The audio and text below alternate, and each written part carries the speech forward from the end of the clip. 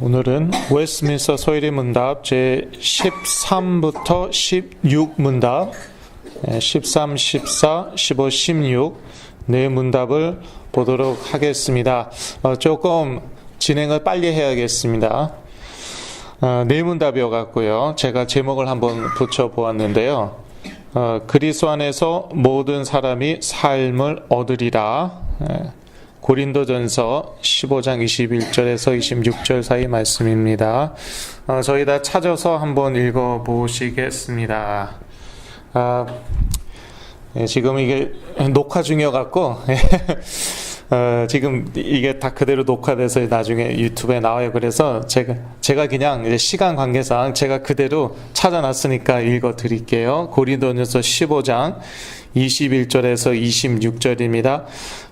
사망이 사람으로 말미암았으니 죽은 자의 부활도 사람으로 말미암는도다.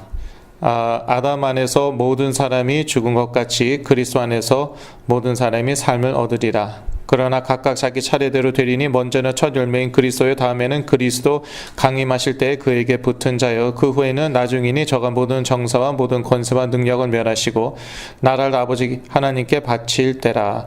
저가 모든 원수를 그 발 아래 둘 때까지 불갑을 왕노를 하시리니 맨 나중에 멸망받을 원수는 사망이니라. 아멘.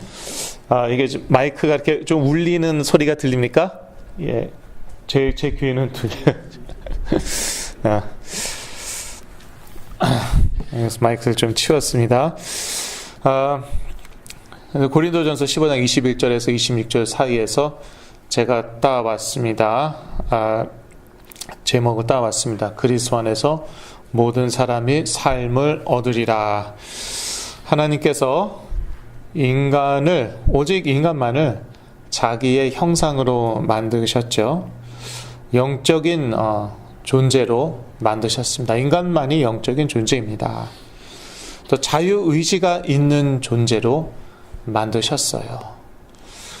그리고 피조물을 다스리는 특별한 신분과 권세가 있는 존재로 만드셨습니다. 하나님의 창조에 관하여 우리가 보았죠. 전에 거기에 그렇게 나와 있었죠.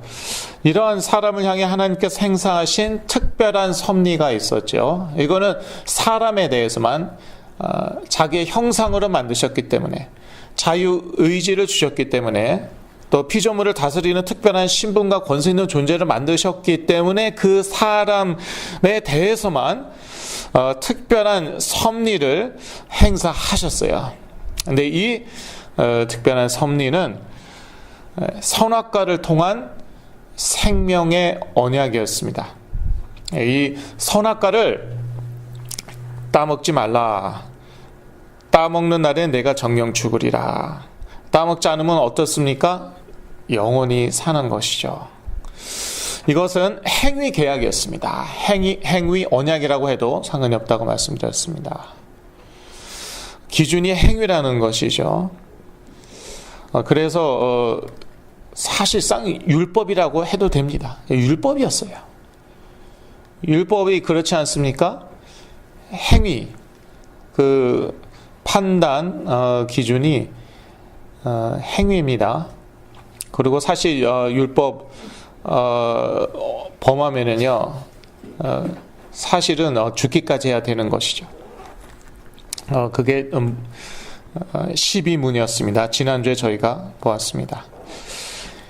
이 행위 계약은 그 후손까지 위한 것이었습니다. 오늘 저희가 볼 그러한 내용 중에 하나입니다. 이 선악과를 통한 생명의 언약, 이 행위 계약은 아담과 하와만을 위한 것이 아니라 이 후손까지 위한 것이었다. 16문에서 저희가 조금 더 자세히 볼 것입니다. 이것을 대표적 원리 또는 대표성의 원리라고 합니다. 대표적 원리 또는 대표성의 원리. 아니, 누구 마음대로요? 제가 옛날에 이렇게 많이 생각했어요. 아니, 하나님 누구 마음대로 왜 그렇게 만들어갖고 아담과 하와가 지은 죄가 왜 저에게까지 미칩니까? 그 죄와 사망이 왜 저에게까지 미치냐고요. 얼마나 불만이 많았는데요. 그런데 그거는 창조주의 절대 주권에 관한 영역이죠. 스스로 있는 자는 오직 하나님이시죠. 그래서 하나님이 그렇게 정하신 원리이기 때문에 그냥 그렇게 되어지는 것입니다. 저는 그 중력을 예로 자주 들죠. 이 중력이라는 것 때문에 사망하는 사람이 한 해에 얼마나 많이 있겠습니까? 높은 데서 떨어지면은 사망이에요. 중력만 없으면은요, 그러면은 사망하지도 않아요. 그런데 그 중력을 탓해서는 안 되는 것이죠. 예. 그것은 마치 뭐 해가 왜 꼭 동쪽에서 뜨느냐, 그거에 대한 컴플레인과 불만과 마찬가지잖아요. 왜 꼭 동쪽에서 떠야 되느냐, 왜 서쪽에서 안 뜨냐. 하나님이 그렇게 창조하셨다는 거예요. 예. 중력도 마찬가지죠. 하나님이 그렇게 만드신 것입니다. 자연 법칙으로 그렇게 만드셨습니다. 이 영적인 원리인데요. 이 대표적인 원리, 대표성의 원리, 이것도 영적인 원리예요. 그거는 중력과 마찬가지로 하나님이 인간을 창조하신 그런 영적인 원리였어요. 자연 법칙하고는 또 다르잖아요. 제가 뭐 비유하는 것이지 자연 법칙하고는 또 다르잖아요. 그래서 이제 영적인 원리라고 그러는 것이죠. 오늘은 제13에서 16 문답 사이를 볼 것인데, 쉽게 얘기하면 선악과 사건에 대한 문답입니다. 선악과 사건, 그것에 대한 문답으로 생각하시면 되겠습니다. 좀 더 자세히 보겠습니다. 웨스트민스터 소율이 문답 제13문답입니다. 질문을 저희가 다 같이 읽겠습니다. 우리 시조가 지음을 받아 본 지위에 그대로 머물러 있었는가? 답이죠. 같이 읽습니다. 우리 시조가 의미로 자유를 행사하게 되어 하나님께 죄를 범함으로써 지음을 받은 본 지위에서 타락하였다. 여기에서 임의로 자유를 행사하게 되어 여기에 밑줄 한번 쫙 그어보세요. 그리고 지음을 받은 본 지위에서 타락하였다. 여기에도 밑줄 한번 쫙 그어 보십시오. 우리의 시조는 물론 아담과 하와이죠. 하나님이 타락하게 하신 거 아닙니다. 강제로 타락하게 하신 건 아니에요. 심지어 사단이 타락하게 만든 것도 아니에요. 사단은 유혹을 하였죠. 유혹을 하였지만 그 판단을 내리고 행위로 옮긴 그것은 우리의 시조 아담과 하와였습니다. 그래서 임의로, 강제로가 아닙니다. 자유의지를 가지고 임의로 자유를 행사하게 되어 하나님께 죄를 범하였다는 것이죠.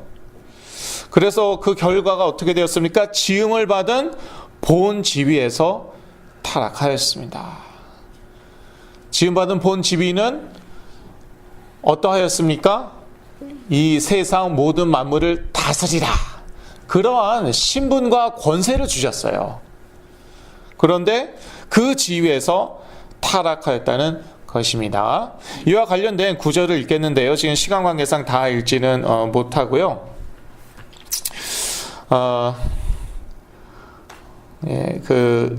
우리 시조가 임의로 자유를 행사하게 되어 1 나와 있는데 창세기 3장 6절, 고린도후서 11장 3절 나와 있는데요. 창세기 3장 6절 다 같이 읽겠습니다. 여자가 그 나무를 본즉 먹음직도 하고 보암직도 하고 지혜롭게 할 만큼 탐스럽기도 한 나무인지라. 여자가 그 실과를 따먹고 자기와 함께한 남편에게도 주매 그도 먹은지라. 예, 이게 바로 선악과 사건이죠. 그 다음에 뒷부분에 하나님께 죄를 범함으로써 지음을 받은 본지 위에서 타락하였다 하고 이라고 나와 있습니다. 이에 고린도후서 11장 3절, 로마서 5장 12절 나와 있는데요. 로마서 5장 11절 다 같이 읽겠습니다. 이러므로 한 사람으로 말미암아 죄가 세상에 들어오고 죄로 말미암아 사망이 왔나니 이와 같이 모든 사람이 죄를 지었으므로 사망이 모든 사람에게 이르렀느니라. 예. 지금 이 마이크 나갔죠? 네. 그 웅웅 울리더니 그냥 나가버렸어요. 제가 잘못 들은 건 아니네요. 저는 또 이거 제 귀가 어떻게 됐나 그랬는데. 어떻게 되긴 어떻게 됐죠, 한쪽에. 그런데 제대로 제가 들었었네요. 예, 뭐라고 얘기하고 있습니까? 한 사람으로 말미암아 죄가 세상에 들어왔다고 얘기하고 있습니다. 한 사람으로 말미암아. 이 한 사람은 누구입니까? 아담. 죄로 말미암아 사망이 왔나니 이와 같이 누가 죄를 지었다고요? 아담과 하와만 죄를 지었습니까? 모든 사람이 죄를 지었으므로 사망이 모든 사람에게 이르렀느니라. 예, 이것을 이제 굳이 문자를 쓰자면은 대표적 원리 또는 대표성의 원리라고 하는 것이죠. 하나님께서 만드신 그 영적인 원리였습니다. 자, 두 번째로 넘어갑니다. 웨스트민스터 소요리 문답 제14문답입니다. 질문을 같이 읽습니다. 죄란 무엇인가? 답도 같이 읽습니다. 죄는 하나님의 법을 순종함에 부족하거나 그 법을 어기는 행위이다. 네. 네. 참고할 것은요, 여기서 그 죄란 무엇인가 묻고 있지만 나중에 18번째 질문에 가서 또 죄에 대해서 묻고 있는데 그때는 어떻게 묻고 있냐? 사람이 타락한 상태에서 죄가 되는 것은 무엇인가? 라고 묻고 있습니다. 그러니까 지금 이 14문답에서는요, 사람이 타락하지 않은 상태에서 죄란 무엇인가? 그걸 묻고 있는 것이에요. 예. 그럼 이제 눈치가 빠르신 분들은 눈치를 챘겠죠. 이제 18문답, 사람이 타락한 상태에서 죄가 되는 것은 무엇인가? 그때 이제 원죄 얘기를 얘기합니다. 원죄와 자범죄, 곧 실제적인 범죄이다. 이렇게 답이 나와 있거든요. 그런데 이 그 14문답에서는 원죄를 얘기하고 있지 않아요. 그 이유는 사람이 타락하지 않은 상태에서 죄가 되는 게 무엇인가를 묻고 있기 때문입니다. 그러니까 아담과 하와에게 있어서 죄란 무엇이었는가? 쉽게 얘기해서 그러한 의미입니다. 답은 하나님의 법을 순종함에 부족하거나 그 법을 어기는 행위이다. 여러 구절이 나와 있죠. 그런데 그 하나님의 법을 순종함에 이라고 나와 있는데 야고보서 2장 10절 저희가 읽겠습니다. 누구든지 온 율법을 지키다가 그 하나에 거치면 모두 범한 자가 되나니. 예. 무슨 뜻인지 알겠죠? 이 아담과 하와와 맺은 그 언약은 무슨 언약이었다고요? 행위 언약, 행위 계약. 예. 그런데 율법도 행위 계약이죠. 신의 산에서 맺은 언약, 그것도 언약 맞습니다. 그런데 그것은 행위 언약, 행위 계약이었고 그것을 우리가 율법이라고 얘기합니다. 그래서 율법 하에서는요, 온 율법을 지키다가 그 하나만 거치면은, 지키지 않으면은 모두 범한 자가 된다는 것이에요. 물론 아담과 하와에게는 여러 법이 있었던 건 아니고 딱 하나였어요. 그런데 이제 그것을 어겼죠. 선악과를 따먹음으로써. 그리고 하나님의 법을 순종함에 부족하거나 하고 3이라고 나와 있습니다. 야고보서 4장 17절이 나와 있는데요. 저희 다 같이 읽겠습니다. 이러므로 사람이 선을 행할 줄 알고도 행치 아니하면 죄니라. 예. 율법하에서는 이렇다는 것이에요. 선을 행할 줄 알고도 행치 아니하였다. 그것도 죄라는 것입니다. 물론 저희들은 율법하에 있지 않죠. 저희들은 은혜의 언약하에 있습니다. 그래서 너무 그렇게 죄의식, 죄책감에 눌려 살면 안 됩니다. 그러다 영적 공격 당하는 거예요. 양심적으로 살지 말라라는 것이 아니죠. 율법주의적인 삶을 살지 말라는 것입니다. 이 아담과 하와가 그 범죄하는 과정 보면은요, 벌써 그 하와가 좀 말하는 게 좀 그래요, 삐딱해요. 예. 그거부터 사실 넘어간 거예요. 예. 꼭 그게 먹지 않았어도, 선악과 먹지 않았어도 말하는 게 뭐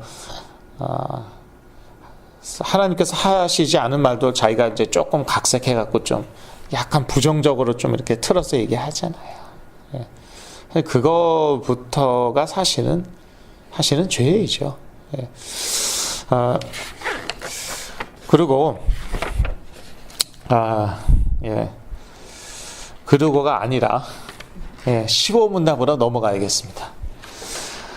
웨스트민스터 소회리 문답 제15문답 질문을 다 같이 읽겠습니다. 우리 시조가 지음 받은 본 지위에서 타락하게 된 죄는 무엇인가? 답입니다. 우리 시조가 지음을 받은 본 지위에서 타락하게 된 죄는 금지된 실과를 먹은 것이다. 선악과를 먹은 것이다 라는 뜻이죠. 1이라고 맨 끝에 1이라고 해놓고 창세기 3장 6절 12절 13절 이라고 나와 있어요. 저희가 요 세 절을 같이 읽겠습니다. 먼저 6절 읽습니다. 여자가 그 나무를 본즉 먹음직도 하고 보암직도 하고 지혜롭게 할 만큼 탐스럽기도 한 나무인지라. 여자가 그 실과를 따먹고 자기와 함께한 남편에게도 주매 그도 먹은지라. 아담이 12절입니다. 아담이 가로되 하나님이 주셔서 나와 함께하신 여자 그가 그 나무 실과를 내게 주므로 내가 먹었나이다. 여호와 하나님이 여자에게 이르시되 내가 어찌하여 이렇게 하였느냐. 여자가 가로되 뱀이 나를 꿰므로 내가 먹었나이다. 예.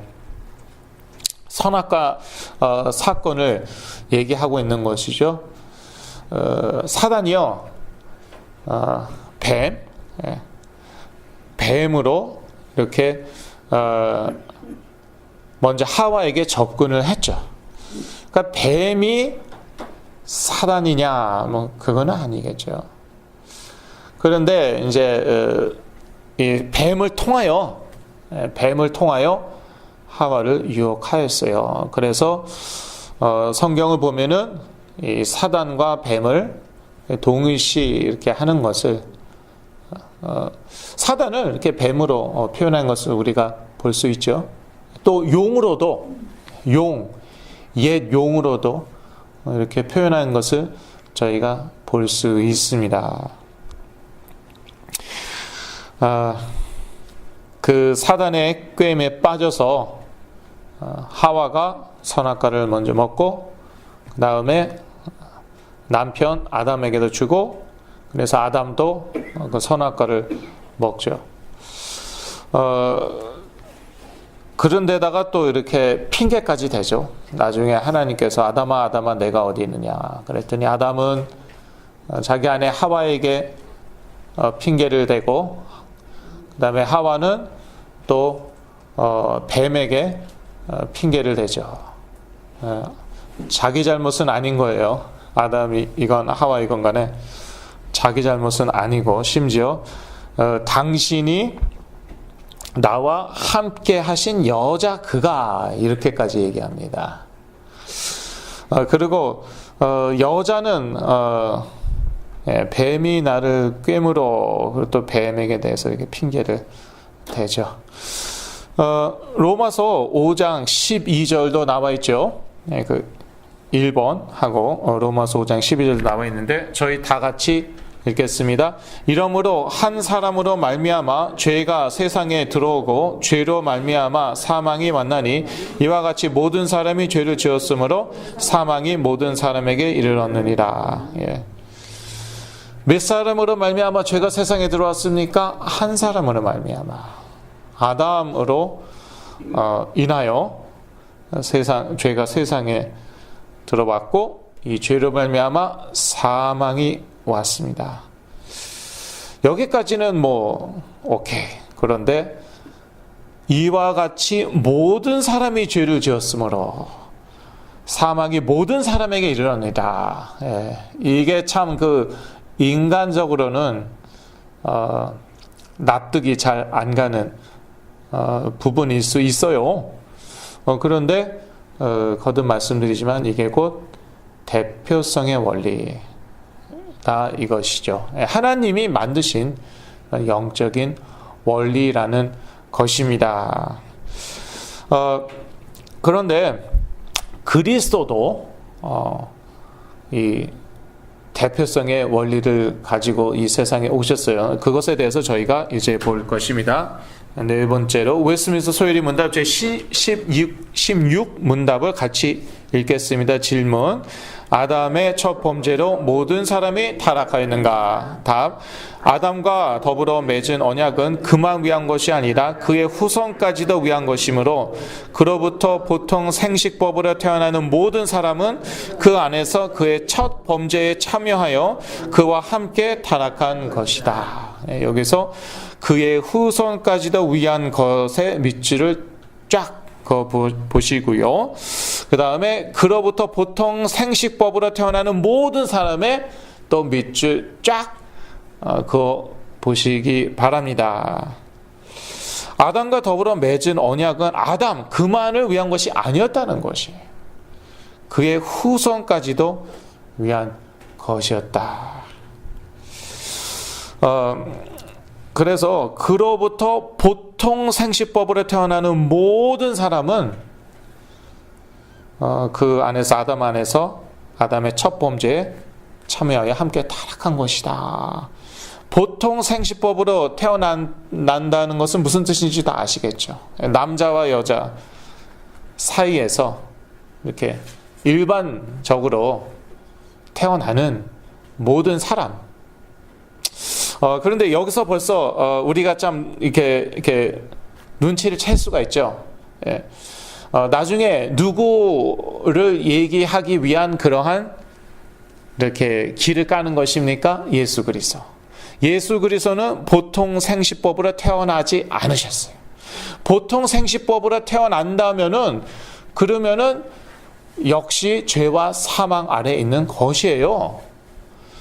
죄가 있는 사람은 다른 사람을 위해 속죄를 할 수가 없습니다.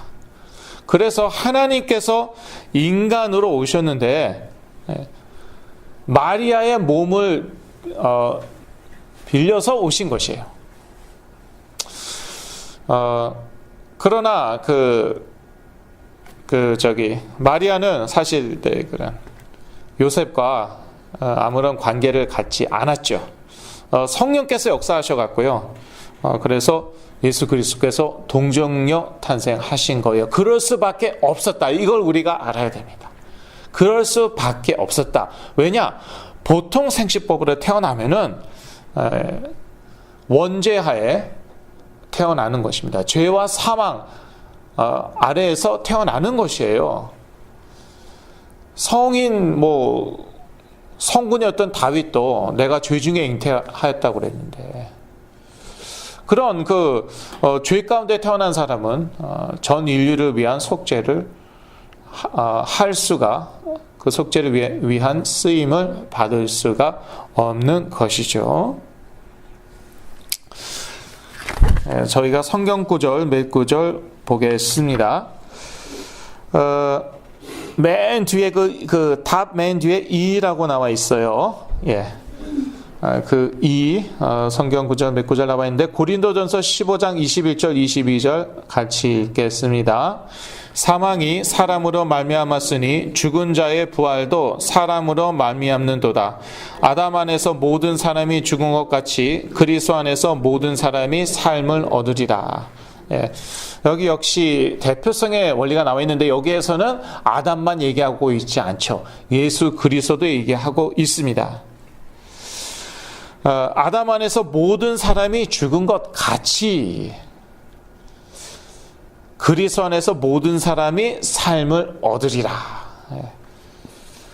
그리스도 역시 이 대표성의 원리로 자기를 믿는 모든 사람을 살린 것이죠. 물론 이 아담과 예수 그리스도는 차이가 있습니다.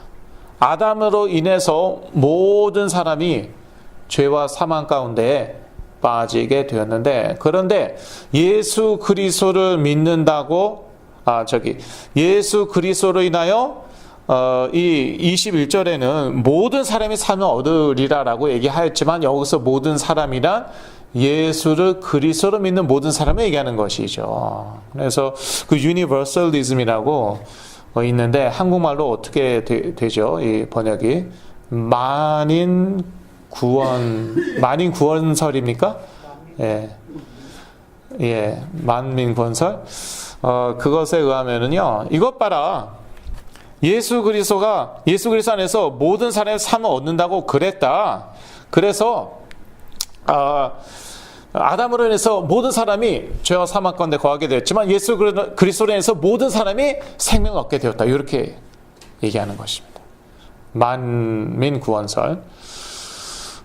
그런데 뭐라고 나와 있습니까? 그리스도 안에서예요. 그럼 어떻게 그리스도 안으로 들어갈 수 있습니까? 예수를 그리스도로 믿으면은, 그럼 예수를 그리스도로 믿지 않으면은 그리스도 밖에 있는 거거든요. 그리스도 밖에서는요, 이 생명을 얻지 못하는 거예요. 만민 구원설, 이거 틀린 거예요. 그러면은 뭐하러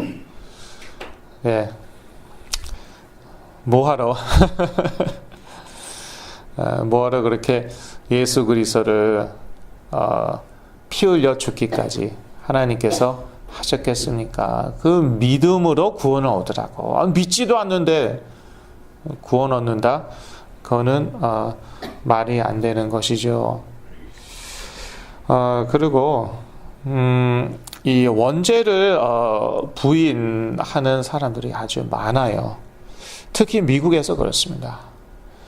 놀랍게도 미국의 대부분의 크리스천들이 원죄를 부인합니다. 그러면은요, 예수 그리스도를 믿을 필요가 없어요.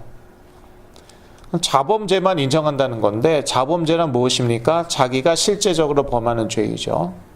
그러면 자기가 실제적으로 죄를 범하지 않으면은, 그러면은 예수 그리스도 안 믿어도 구원받을 수 있는 거예요.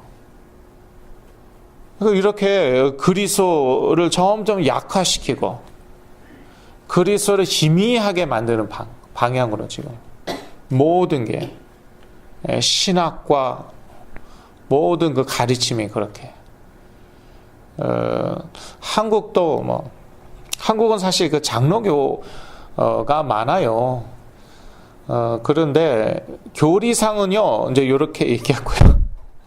전에도 제가 말씀드렸지만 실제적으로는요 행위를 강조해요. 그러면은요 뭐 그게 그거예요. 예. 저도 장로교에서 자랐어요. 한국에서 미국 오기 전까지는 장로교에서 쭉 자라왔는데 저도 그렇게 배웠어요. 이 행위, 사실상 행위 구원을 제가 배웠어요. 예. 그렇게 딱 못 박아 얘기를 하지는 않았지만, 예수 그리스도 믿어도, 이렇게 살지 않으면은 너 구원 안 받은 것이다. 구원 못 받는다. 그렇게 배웠어요, 저도. 그러니까 이게 딱 복음이 정리가 안 되는 거예요. 예, 교리적으로는 또 뭐 이렇게 은혜로 인하여 믿음으로 말미암아 구원을 얻었다. 또 교리적으로는 또 그렇게 배웠고요. 그러니까 복음이 딱 정리가 안 돼요. 말씀을 보더라도 헷갈려요. 왜? 말씀에 행위 언약이 있습니까? 없습니까? 있습니다. 그리고 사도 바울은 그거를 분명히 구분했는데 다른 사도들은요, 그것을 분명히 구분하지 않았습니다. 그것을 정확히 분명하게 구분한 사도 바울이었어요. 그러니까 제가 뭐 무슨 뭐 다른 그런 신약의 바울 서신 말고 다른 책들을, 서신서들을 읽으는데 제가 혼란스럽고 결국에는요 어떻게 됩니까? 행위구원적으로. 그렇지 않아도 교회에서 그렇게 가르치니까 그렇게 된 것이었어요.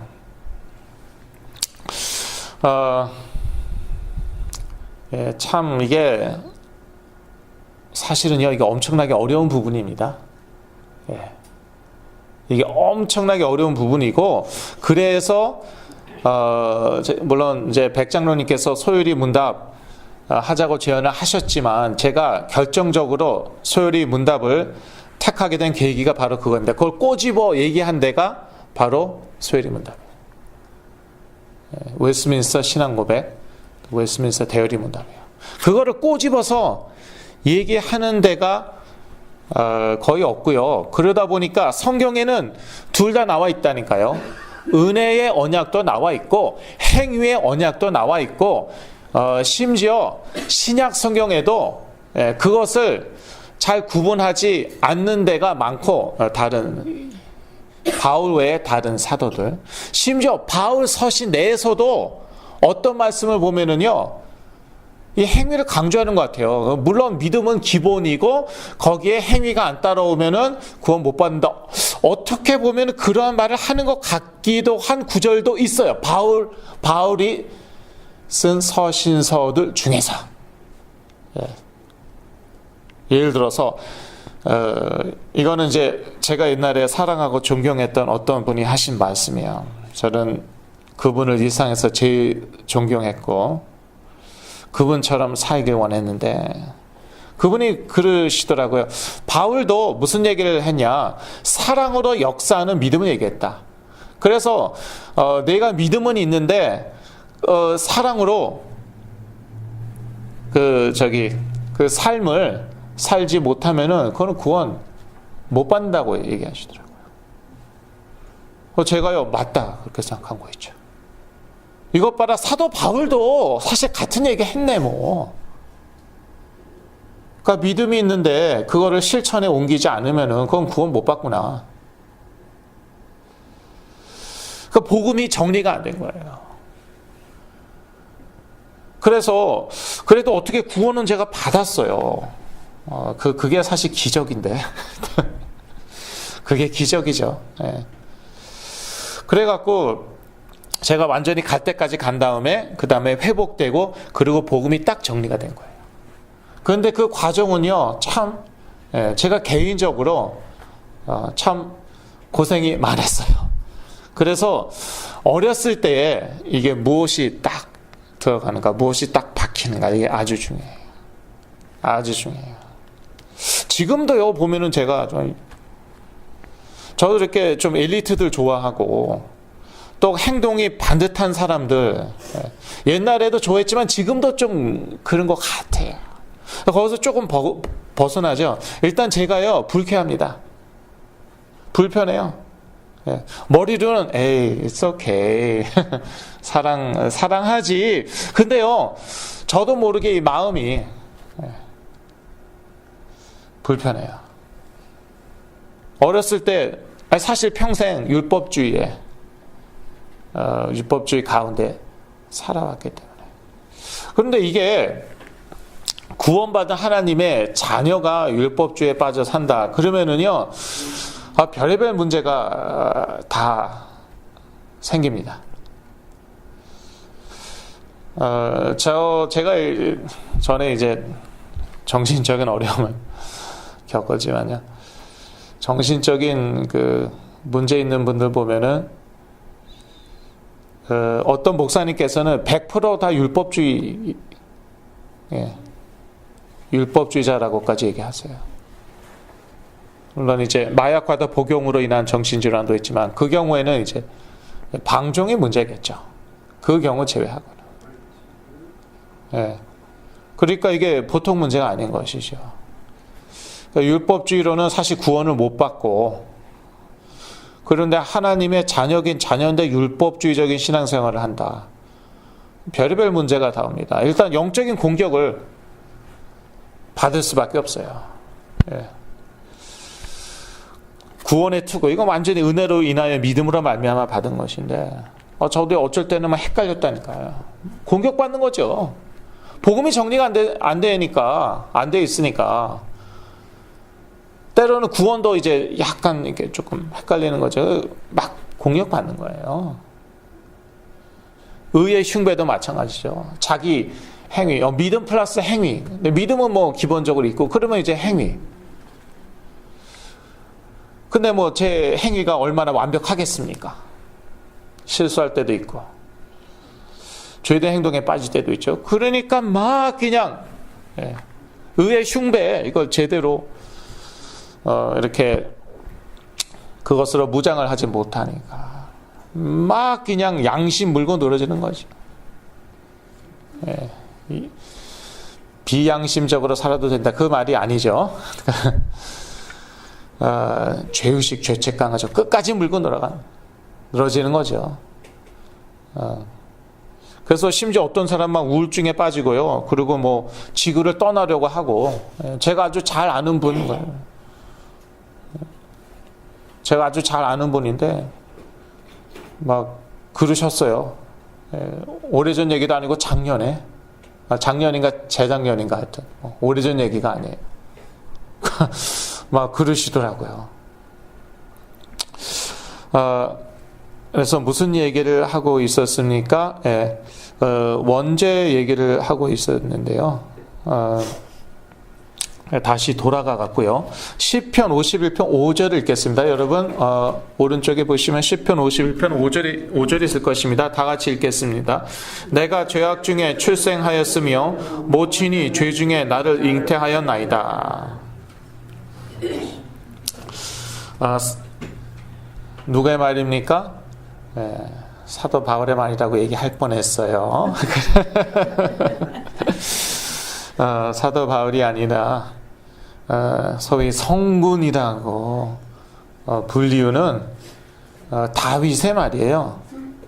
하나님의 마음에 합하였다고 하나님께서 직접 말씀하신 사람은 성경에 딱 한 사람입니다. 다윗밖에 없어요. 그런데 그 다윗이 뭐라고 얘기했습니까? 내가 죄악 중에 출생하였다는 것이에요. 모친이 죄 중에 나를 잉태하였다는 것이에요. 복음이 분명하지 않으니까요. 또 이러한 말은요, 다 또 뭐 은유, 비유적인 표현으로. 복음이 분명하지 않으면은요, 문자적으로 봐야 될 것은 비유, 은유적인 표현으로 보고요. 비유, 은유적인 표현은 문자적으로 또 봐요. 예를 들어서 뭐 하나님의 뭐 손이 뭐 하나님의 손가락, 그런 말 나와 있잖아요. 그 실제로 하나님이 손이 있습니까? 하나님의 손가락, 하나님께서 손가락이 있습니까? 있다고 막 얘기하는 사람도 전 들어봤어요. 하나님의 형상으로 우리 만들었다며. 그러니까 하나님이 우리와 비슷한 형상이다. 그런 얘기 저 들어보았거든요. 그거를요, 국어 시간에 제가 이제 배워서 아는데, 그것을 무슨 법이라고 합니까? 의인법. 학력고사에 여러 번 나왔어요. 학력고사라고 그러면은 또 뭔가 요즘 말로 수능. 옛날에 여러 번 사람이 아니지만 사람을 빗대어서 하는 표현, 그 의인법, 의인화라고도 하죠. 그게 성경에 아주 많이 있습니다. 근데 그걸 가지고요, 그러니까 그런 은유적인 비유적인 표현은 문자적으로 그냥 해석을 해버려요. 그리고 문자적으로 봐야 될 것은 다 비유, 은유로 처리해버려요. 복음이 분명하지 않으니까 그렇게 되는 거예요. 사실은 영적인 것이에요. 영적인 것이에요. 그거를 이제 합리주의로 이성으로 풀려고 그러니까 답이 안 나오는 것입니다. 그게 지금 현대 신학이고 지금 유럽과 미국의 교회가 빠진 그 문제가 그거예요. 합리주의와 이성으로 풀려고 하니까 이게 답이 안 나오는 거예요. 영적으로 풀어야 되는데 사실 제가 매주마다 영어로도 설교하고 한국어로도 설교하는데요. 그리고 저는 그거 꼭 듣습니다. 주중에 듣는데 비교가 돼요. 정말 죄송한데요. 영어로 메시지 할 때는요. 제가 이렇게 깊이 있게 저는 묵상할 때는 다 생각을 했습니다. 근데 안 나와요. 안 나와. 왜냐? 앉아있는 사람들이 영적인 것을 잘 알아듣지 못하니까. 합리성은 참 뛰어나요. 그거는 우리가 1세들이 부족한 파트이죠? 본받아야 돼요. 근데 영적으로 너무, 영적인 부분이 너무 얻어갔고요. 얘기해도 알아듣지 못하니까, 감을 못 잡으니까, 제가 영어 설교 제가 들어보죠. 그러면 훨씬 더 논리적이에요. 그게 또 좋다. 그럼 계속 그렇게 하게 해도 되죠. 계속 그렇게 하겠습니다. 그게 또 좋으시고, 그게 또 은혜롭구나. 할렐루야. 그런데, 한국어 설교를 딱 들어보죠. 그러면은요, 영어 설교하고 너무 비교가 돼요. 논리가 훨씬 떨어져요. 그런데 훨씬 더 영적으로 깊이 있는 메시지가 나오더라고요. 그러니까 유럽과 미국 교회가 영적인 걸 놓친 거예요. 물질적인 것, 육적인 것 붙잡고, 논리, 합리, 이성을 붙잡고, 그러면서 영적인 것을 놓쳤어요. 그러니까 영적인 세계를 알지 못하고요. 그런 상태에서 이 성경을 해석하니까 이 성경 해석이 갈수록 이상하게 성경은 오류가 있다. 원죄가 없다. 그런 식으로 나가다가 종교 다원주의, 어떤 종교든 열심히 잘 믿기만 하면 된다. 그리고 실천에 옮기면 된다. 행위 구원. 아예 universalism, 만민 구원설. 모든 사람이 구원받는다. 근데요, 논리적으로 보면은요, 그럴듯합니다. 어떤 흑인 목사님이 나와서 얘기하더라고요. 자기는 이제 카톨릭으로 개종해갖고 카톨릭 사제가 됐대요. 그 이유는 무엇이냐? 어떻게 사랑의 하나님이 이 많은 인간들을 다 지옥에 쳐넣을 수가 있느냐? 그거는 말이 안. 나는 지옥은 그 과정은 잘 모르겠지만 여하튼 결국에 가서 지옥은 텅텅 비울 것이라고 확신한다. 근데 캐톨릭도 말을 하기도 한대네요. 예. 그 말을 하기도 한대요, 캐톨릭이. 그래서 캐톨릭에서 받아줬어요. 이분은요, 자기 교회에서는 이제 쫓겨났나 봐요. 그런데 캐톨릭에서 받아줘갖고 지금 캐톨릭 사제가 됐어요. 그래서 그렇게 됐어요. 그 시작은 어디나? 계몽주의였어요, 계몽주의. 싹 그냥 인권을 위한다고 이렇게 딱 포장하면서 저는요, 제가 이제 역사학과 나왔잖아요. 계몽주의 아주 좋게 배웠습니다. 중세시대 때 얼마나 이 무식한 사람들이 특히 그 교회에 교권을 갖고 있던 사람들을 탄압하였나, 인권을 눌렀나, 계몽주의로 인해서 해방되었다. 저는 그렇게 배웠어요. 그래서 거의 평생 계몽주의가 좋은 것으로 알고 있었는데, 그런데 그게요, 인간의 이성을 절대화한 거예요. 그래서 하나님도 인간 인식의 대상. 근데 하나님은 인간의 인식의 대상이 아니라 예배의 대상이에요.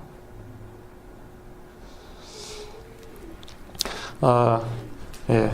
뭐 이래서 뭐 이제 인식론까지 나오고 뭐 그런 철학까지 나오고 이러는 것인데, 예, 다시 돌아가겠습니다. 16문답으로 돌아가서요. 한 사람으로 말미암아 모든 사람이 죄를 지었고, 로마서 5장 12절 15절, 아담 안에서 모든 사람이 죽었습니다. 고린도전서 15장 22절입니다. 이것을 대표적 원리 또는 대표성의 원리라고 합니다. 운명적 원리라고 얘기할 수도 있어요. 예, 운명적 원리. 왜냐? 이거 운명과 같잖아요. 뭐 어떠한 행위를 하기도 전에 그렇게 되어 버린 것이니까 운명적 원리라고도 하더라고요. 이것은 하나님 만드신 영적 원리입니다. 네, 노예 얘기를 하면은 조금 도움이 될지 모르겠어요. 이것도 뭐 정확한 예화는 아닙니다. 그러나 도움이 될지 모르겠습니다. 노예의 자녀는 자신의 아무런 잘못 없이 노예로 태어납니다. 무슨 잘못을 했어요? 그런데 태어나 보니까 노예인 것이에요. 얼마나 억울합니까? 그래서 이제 노예끼리 또 결혼해갖고 자녀를 낳습니다. 그 자녀 아무것도 나쁜 짓을 한 것이 없어요. 죄 안 지었어요. 그런데 노예예요. 너무 억울하죠. 네. 그런데 원리상 그런 거예요. 그게 노예죄이고요. 아담의 범죄로 인하여 전 인류가 죄와 사망, 사단의 노예가 된 것입니다. 예. 근데 아담이 그 임의로 그렇게 한 것이에요. 그러나 오직 그리스도 안에서 하나님의 자녀는 자신의 신분과 권세를 회복하였습니다. 그래서 더더욱 오직 그리스도인 거예요. 더더욱 하나님을 원망해야겠다? 그게 아니에요. 저는 옛날에 어렸을 때 그랬어요. 그리고 그런 사람이 많은 것 같더라고요. 그런데 그거를 그 대표성의 원리를 믿는다면은 그러면 예수 그리스도도 믿어야 되는 것이에요. 정말 그 대표성의 원리 믿는다? 그러면은 오직 그리스도로 여기에서 빠져나오는 방법이 있구나. 그것도 믿어야죠. 그거를 생명 걸고 붙잡아야 되는 거예요. 예수를 그리스도로 믿을 때 하나님의 자녀된 신분과 권세를 얻게 되는 것이죠. 원래의 그 신분과 권세를 회복하게 되는 것입니다. 창세기 결론을 내리겠습니다. 창세기 3장의 선악과 사건으로 인해 전 인류는 죄 가운데 빠지게 되었습니다. 인간의 죄 문제, 원죄 자범죄예요. 여기서 죄 문제는 원죄 자범죄인데 이 원죄에 대해서는 또 저희가 나중에 더 보게 될 것이고요. 이 인간의 죄 문제 해결한 것은 오직 예수 그리스도뿐입니다. 그러므로 예수를 그리스도 믿는 자, 예수를 그리스도로 믿는 자에게는요 더 이상 정죄함이 없습니다. 로마서 8장 1절에서 2절 말씀이죠. 그러므로 이제 그리스도 예수 안에 있는 자에게는 결코 정죄함이 없나니 이는 그리스도 예수 안에 있는 생명의 성령의 법이 죄와 사망의 법에서 너를 해방하였습니다. 예. 이 죄와 사망의 법은 무엇입니까? 율법이죠. 행위 계약, 행위 언약입니다. 이런 말도 있어요. 율법이 없는 것에는 죄 범함도 없다. 그 말씀도 있어요. 제가 어디다 적어놨는지 좀 시간 관계상 찾아보지 않을 터인데 그래서 저희들에게는요 더 이상 정죄함이 없고요. 그러나 율법이 결국 얘기하는 것은 하나님 사랑, 이웃 사랑이죠. 그렇게 살아야겠죠. 그렇게 살아야겠죠. 우리 그 삶의 방향이 바로 그것이죠. 그것을 사실은 사도들이 얘기한 것이죠. 그리고 그것은 사도 바울도 분명히 얘기했습니다. 예. 그 율법의 정신대로, 그러니까 그 정죄하는 그것 말고, 예. 그 정죄함에 관하여서는요, 율법을 심지어 폐하였다고 나와 있어요. 그러니까 우리 헷갈리는 것이죠. 어디서는 뭐 율법을 폐하였다고 나와 있고, 어디서는 율법을 완성하였다고 나와 있고, 이거 뭐야? 둘 다 맞아요. 율법의 그 정죄 기능이 있죠. 예. 그거는 폐하였어요. 그러나 그리스도께서 율법을 다 이루시고 죽으시고 부활하시고 그 그리스도 영이 우리 안에 계시잖아요. 율법을 완성하였어요. 그래서 우리는 그 하나님 사랑, 이웃 사랑, 그것을 실천하며 살면 되고요. 그게 사실은 저희에게도 좋은 것이에요. 그러나 그것이 구원의 조건은 아닙니다. 구원의 조건이라면은 구원받을 사람 아무도 없어요. 그 누구가 자기 온 존재를 가지고 하나님을 사랑할 수 있으며, 그 누구가 자기 이웃을 자기 몸과 같이 사랑할 수 있습니까? 지금 자기도 미워서 문제인데. 성군 다윗 한번 보세요. 아니 뭐 이웃 사랑? 사울 왕은 정말 사랑했어요. 그거는 참 아름다워요. 그런데 우리아는 왜 그렇게 미워한 정도가 아니에요. 죽였어요. 그리고 그 아내를 뺏었어요. 그래서 싹 거짓말하고 싹 커버해버렸어요. 그러면은 다윗은 지옥 가야 됩니까? 천국 가야 됩니까? 저도 정말 실수 많이 하고 죄 많이 졌지만 거기까지는 안 해봤거든요. 그거 하나님 사랑, 이웃 사랑, 구원의 조건이 될 수 없어요. 다윗도요, 예수 그리스도를 믿고 구원받았어요. 예수 그리스도를 분명히 알았죠. 우리가 신약을 보더라도 그렇죠. 다윗의 그 시편을 얼마나 많이 인용하고 있습니까? 신약 성경이. 다윗은 분명히 예수 그리스도를 알았어요. 저희들은요, 이 사죄의 확신을 가지고 영적 싸움에서 승리할 수 있습니다. 이 확신 없으면은 우리는 승리할 수 없고, 하나님이 아시고 또 사단이 합니다. 영적인 존재이기 때문에 알고 공격하겠죠. 집중 공격 할 수 있어요. 그러니까 저희들은요, 이 복음이, 예수 그리스도의 복음이 분명히 정리되어 있어야겠습니다. 그리고요, 정리된 정도가 아니라 그걸 믿고요, 그게 각인되어야 돼요. 거기 뿌리 내려야 돼요. 결국은 이제 체질까지 좀 시간이 걸리기는 하지만 이 체질까지 변해야겠죠. 그래서 저희들이 지금 이 웨스트민스터 소요리 문답 하는 거예요. 뭐 특정 교리 제가 이렇게 강요하는 거 아니고요.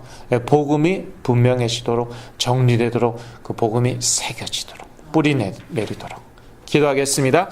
하나님 아버지, 아담 안에서 모든 사람이 죄와 사망 가운데 거하게 되었지만 또 그리스도 안에서 그리스도 안에 있는 모든 사람이 삶을 얻게 됨으로 인하여 참으로 감사합니다. 이 그리스도의 복음이 분명하여져서 우리가 날마다 승리하게 하여 주옵소서. 이 복음의 증인되게 하여 주시옵소서. 예수 그리스도 이름으로 기도했습니다. 아멘.